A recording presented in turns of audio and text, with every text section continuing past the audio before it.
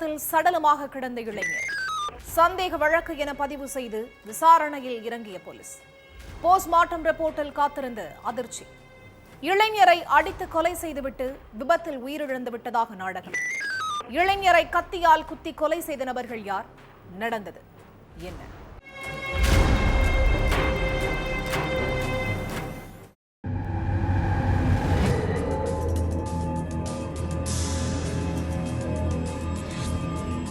கிராம மக்கள் ஒரு சிலர் ரயில்வே தண்டவாளம் வழியா நடந்து போயிட்டு இருந்தாங்க.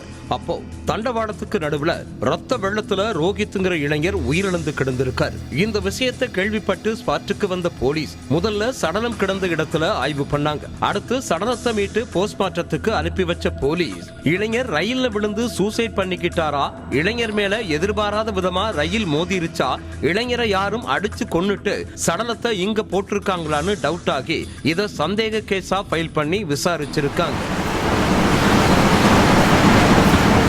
முதல்ல ரோஹித்தோட மனைவி கிட்ட இருந்து விசாரணையை ஸ்டார்ட் பண்ணி இருக்காங்க போலீஸ். அப்போ காலையில வேலைக்கு போன என் கணவர் இப்ப தண்டவாளத்துல சடலமா கிடக்குறாருன்னு சொல்லி அழுது இருக்காங்க ரோஹித்தோட மனைவி. அதுக்கடுத்து ரோஹித்தோட இறுதி சடங்கை எல்லாம் முடிச்ச அவங்க மனைவி அதுக்கப்புறம் எந்த ஒரு சோகமும் இல்லாம போன்ல அடிக்கடி யார் கூடவோ பேசிட்டு இருந்ததா கூறப்படுது. இத நோட் பண்ண சொந்தக்காரங்க ரோஹித்தோட மனைவி மேல சந்தேகம் அடைஞ்சிருக்காங்க. அதுக்கடுத்து ரோஹித்தோட உறவுக்காரர் ஒருத்தர் இந்த உயிரிழப்புல சந்தேகம் இருக்கிறதா சொல்லி இருக்காங்க. இதுக்கடையில வெளியான போஸ்ட்மார்ட்டம் ரிப்போர்ட்ல ரோஹித்தோட உடல்ல கத்திக்குத்து காயங்கள் இருந்ததா குறிப்பிட்டு இருந்துச்சு.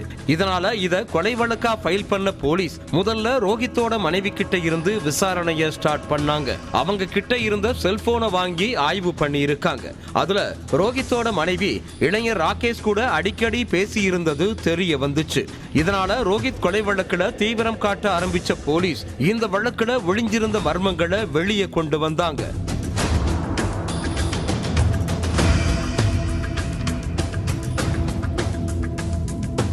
பீகார்ல உள்ள சாப்ரா பகுதியைச் சேர்ந்த ரோஹித்துக்கு சில வருஷங்களுக்கு முன்னாடி கல்யாணமாகி இருக்கு. கல்யாணமான புதுசுல கணவனும் மனைவியும் நிம்மதியாத்தான் வாழ்ந்துட்டு இருந்தாங்க. ஆனா நாள் போக்குல இவங்களுக்குள்ள கருத்து வேறுபாடு ஏற்பட ஆரம்பிச்சிருக்கு. எதுக்கெடுத்தாலும் சண்டை போடுறது, வாக்குவாதம் பண்றதுன்னு ரெண்டு பேரும் நிம்மதி இல்லாம வாழ்ந்துட்டு இருந்திருக்காங்க. ரோஹித் ஒரு பிரைவேட் கம்பெனியில வேலை பார்த்துட்டு இருந்தார். இவர் கூட ராகேஷ்ங்கிற இளைஞரும் வேலை பார்த்துட்டு இருந்திருக்கார். ராகேஷும் ரோஹித்தும் ரொம்ப க்ளோஸ் ஃப்ரெண்ட்ஸ்னு சொல்லப்படுது. ராகேஷ் அடிக்கடி ரோஹித்தோட வீட்டுக்கு போறது, அவங்க மனைவி கூட ஜாலியா பேசுறதுமா இருந்திருக்காரு. இந்த நேரத்துல தான் ராகேஷுக்கும் அவரோட மனைவிக்கும் தகாத உறவு ஏற்பட்டிருக்கு. அதுக்கடுத்து ரோஹித் வேலைக்கு போனதுக்கு அப்புறம் அடிக்கடி ராகேஷ வீட்டுக்கு கூப்பிடுற மனைவி அவரோட தனிமையிலையும் இருந்திருக்காங்க. இந்த விஷயம் ரோஹித்துக்கு எப்படியோ தெரிய வந்திருக்கு. இதனால மனைவியை கண்டிச்ச ரோஹித் ராகேஷ் கூட பழகிறதாலதான் என்கிட்ட அடிக்கடி சண்டை போட்டுட்டு இருந்தியான்னு கேட்டு மனைவிய சர்ற மாதிரியா அடிச்சிருக்காரு. இதுதான் உனக்கு லாஸ்ட் வார்னிங், இதுக்கப்புறமும் நீ ராகேஷ் கூட பழகுனா உன்னை வீட்டை விட்டு துரத்தி விட்டுவேன்னு மிரட்டி இருக்காரு ரோஹித். சம்பவத்தன்னைக்கு காலையில வேலைக்கு போன ரோஹித் ஆபீஸ்ல அரை நாள் விடுமுறை எடுத்துட்டு வீட்டுக்கு திரும்பி இருக்கார். அப்போ தன்னோட மனைவியும் ராகேஷும் தனிமையில இருந்ததை பார்த்த ரோஹித் அதிர்ச்சியாகி ரெண்டு பேரையும் அடிச்சிருக்கார்.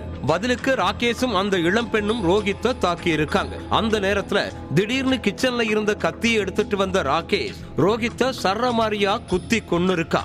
அடுத்து ரோஹித்தோட சடலத்தை என்ன பண்றதுன்னு தெரியாம ரெண்டு பேரும் முழிச்சிட்டு இருந்திருக்காங்க.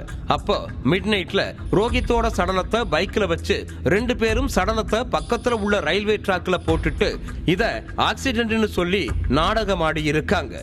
ஆனா விசாரணையோட முடிவுல எல்லா உண்மைகளையும் தெரிஞ்சுக்கிட்ட போலீஸ் ராகேஷையும் ரோஹித்தோட மனைவியையும் அரெஸ்ட் பண்ணி சிறையில் அடைச்சிட்டாங்க.